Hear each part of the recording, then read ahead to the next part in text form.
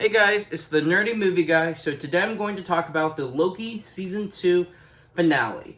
Now, I don't know about you guys, but this is probably one of the most satisfying finales for Marvel that we've had in a very long time. And in my opinion, I think this is probably one of the best season finales for Disney Plus. And I really enjoyed this episode through and through. It was a solid 10 out of 10 for me. So I sort of want to break it down. So in the beginning of this episode, Loki is trying to fix the loom, and we don't know how he's going to do it. We know that he sort of has a little bit of information, but not enough. And since he can control his time slipping now, he's going back earlier in the TVA over and over and over again. And he's learning from Obius, from Casey, from Victor Timely, that he needs to learn more of the science and magic features about himself, about the TVA, and about fixing this loom. So what we get is we see a title card on the screen toward the beginning showing centuries later. So Loki already having centuries of learning just science alone. Let's not even think about the magic. Those science alone makes him probably the most smartest character if he were on Earth in the MCU. And his magic just kind of pushes him toward being one of the most powerful, just having centuries of training. So in the beginning, we see he's trying to fix his loom, and what happens is we start to get this dread that he's not going to be able to do it because it fails.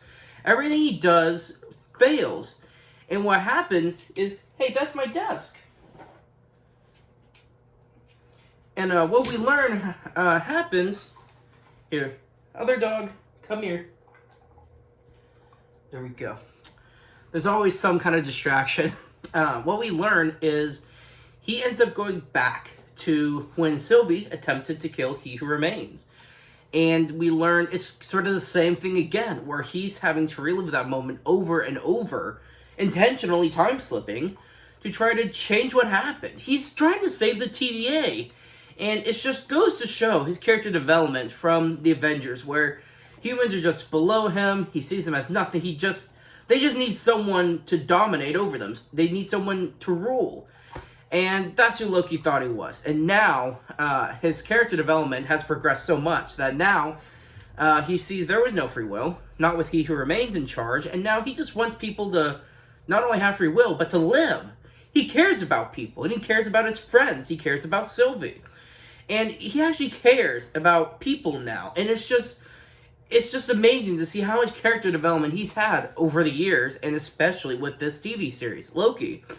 And we start to get this tragic story where you start to wonder, is he going to have to kill Sylvie? Does he have to let the TVA die and just get destroyed? And we start to get this dread and fear for the lives of our favorite characters now. And he goes back to his first day at the TVA, where he's talking with Mobius, and he kind of gets these words of wisdom from Mobius, and it kind of helps him decide and realize what he has to do. And most of this episode, he's time slipping, sort of showing the progression and the story development from beginning to end of the series. And I thought it was significant in sort of this powerful way, showing how far the show has come and how far these characters have come. And that was amazing to see. I really appreciated that. And when we get toward the end, to this finale, we realize the loom is just never going to hold all these branches, all these timelines. And I know that when General Docs was printing timelines earlier in the season, I was seeing people online were worried about Tobey Maguire's Spider-Man, about the X-Men, about the Fantastic Four. They're wondering, are these movies, are these essential timelines, are they being pruned and destroyed? And people were worried that the TVA was destroying the pre-MCU portion of the new Marvel multiverse. Now, Kevin Feige has confirmed just recently that all those previous MCU movies are a part of the MCU in the multiverse somewhere. Now, I don't know if this goes back to the 70s and 80s version of Marvel, or if they're just talking about the early 2000s. He didn't specify, we don't know. But regardless, I think it's a hint that we'll see these characters in some multiverse form later. But regardless, we see that Loki, what he has to do, what he realizes he's going to do, is these branches are just going to be destroyed. And if you try to destroy them all, you kill all these timelines. If you try to hold them all together, the TVA is going to die. So he realizes he has to sacrifice himself. And he does this, I don't know if it was the writing, if it was the cinematography, or if it was just all of it. But this scene was truly one of the coolest scenes Marvel has probably ever had.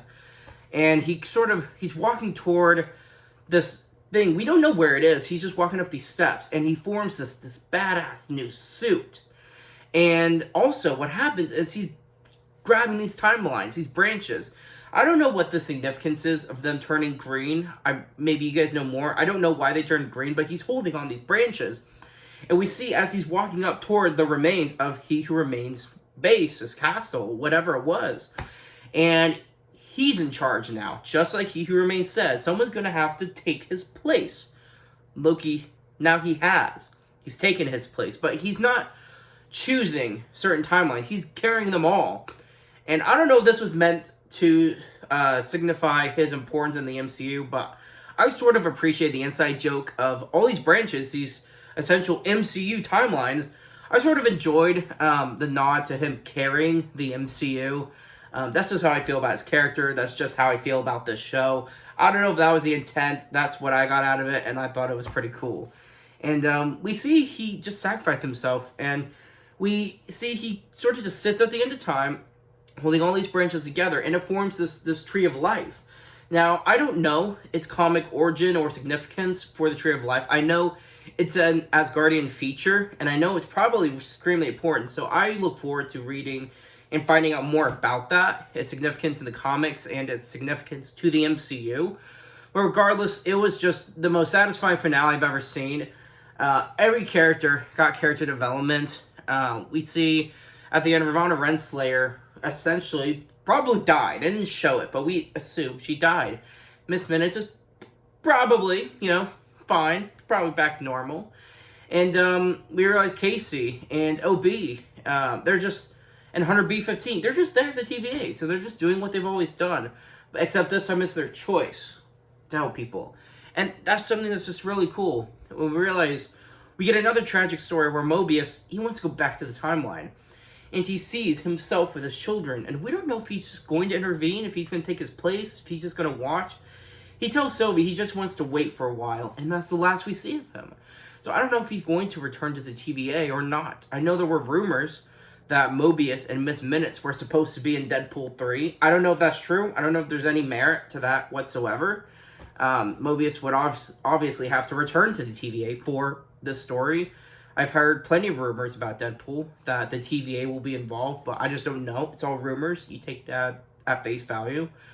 But either way, I think there's plenty more stories to be shown for this character. Now, Tom Hiddleston has also said that in recent interviews, this kind of wraps up his 14-year journey in the MCU. And we don't know if Loki's going to return. I don't know if it's a contract thing. I don't know if he's just decided he's done with the character.